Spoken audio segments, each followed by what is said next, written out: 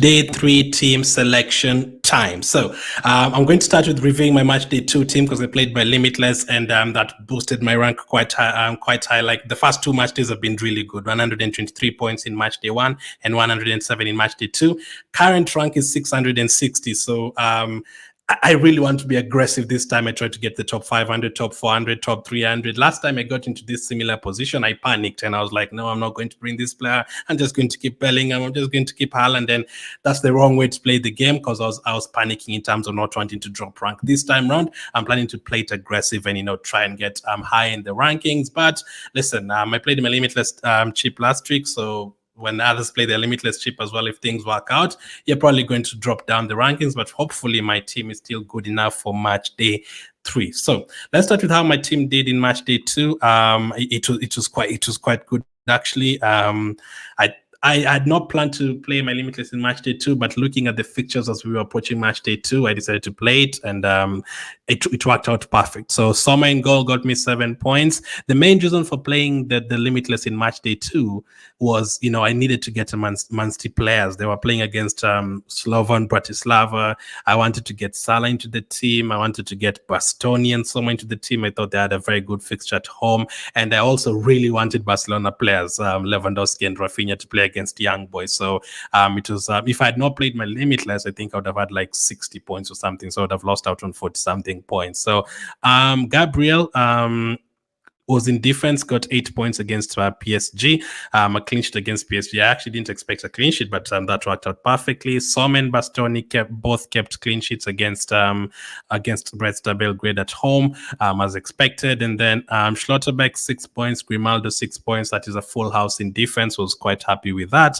And then midfield, Rafinha picked up 14 points. He was man of the match. That worked out perfect as well. Foden 14 points, just like Salah. All 3 of them man of the match or player of the match in the games. And then Saka got 9 points. Weird kind of goal against PSG, but I'll take it for sure.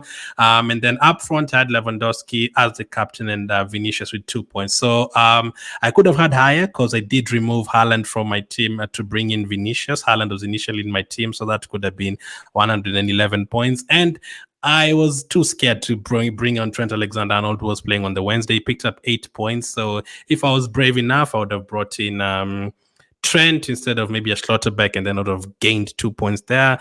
Or I would have brought in Trent for Haaland. I would have gained 2 points there as well. But not really a big deal because considering everyone else delivered in the team apart from Vinicius, who I brought in anyway on the Wednesday for Haaland, yes, maybe I could have had 4 or 5 extra points. But I'm okay with that. If I had defenders scoring 2 points and then Trent with 8 on the bench, then that would have been terrible. But Yamal as well. Yamal was one of the few to not deliver, but luckily I did have Salah to bring in off the bench. So that is how the team did in match day 2, the Limitless. But in match day 3, I do not have that privilege, and unfortunately, I do not have a Limitless chip in match day 3, and the team is not looking as good as it did in match day 2, unfortunately. So looking at this team, this was the team that I had in match day 1. So it's the team that I now have in match day 3. So that is Skorupski in goal with NFMFgw. Defensively, I currently have Cambiaso, Saliba, Schlotterbeck, Grimaldo, and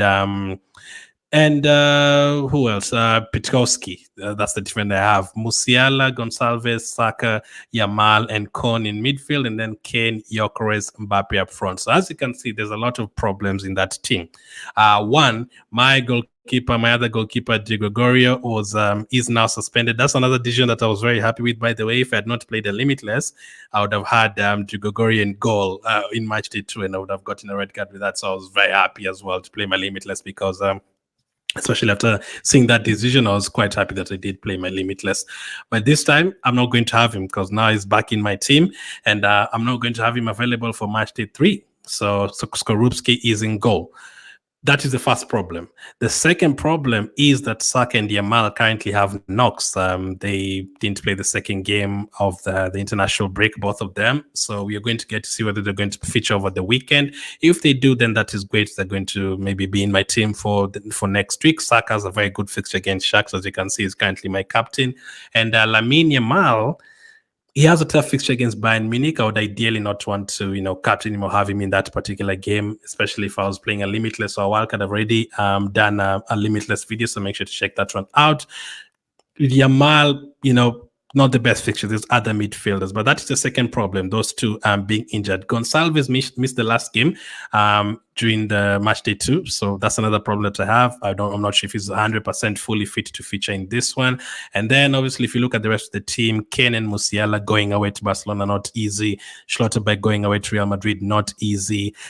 And another big problem is I don't have any Man City players. They're at home against Sparta Prague.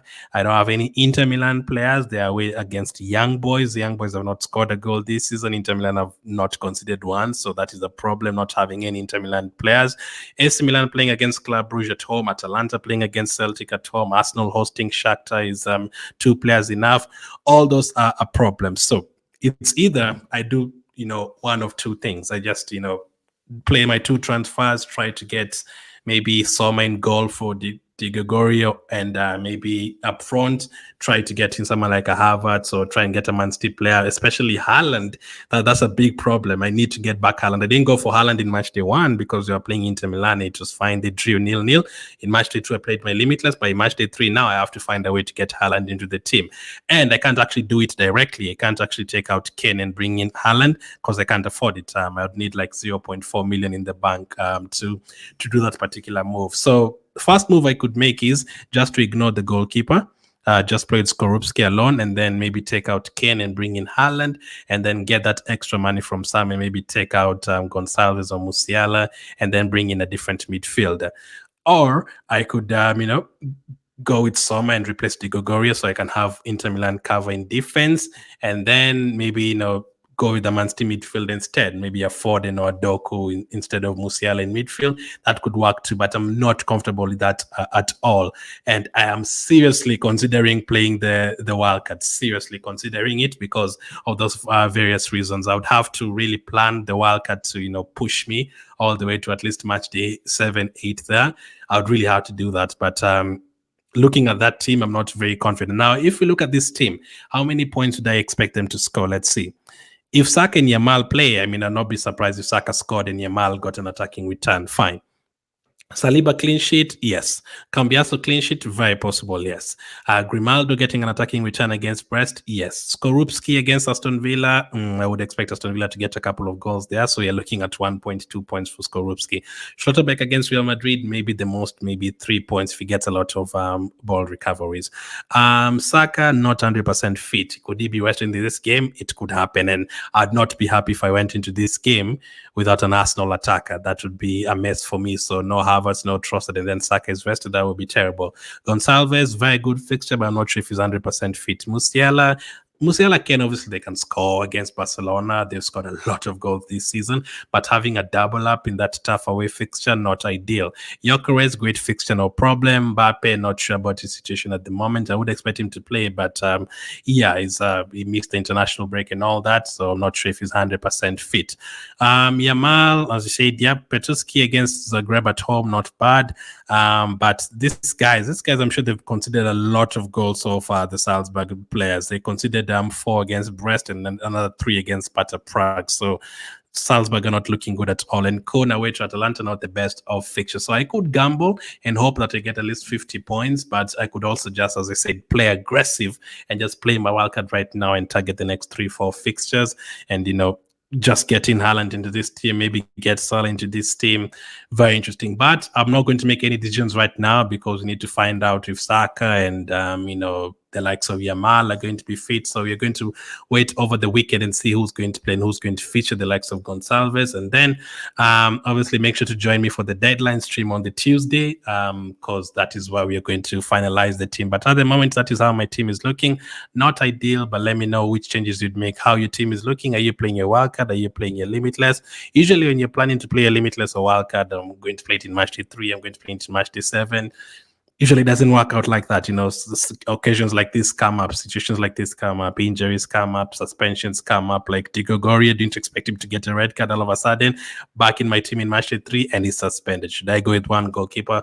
All that is a mess. But listen, I'm still confident about match day 3. I don't want to drop past the the rank. I don't want to drop in terms of rank. So I could just be aggressive and just play the wildcard right now. But let me know how your team is looking and which changes you're making. Are you just playing transfers, wildcard, or limitless? Thank you for watching, and I'll catch up with you guys on the next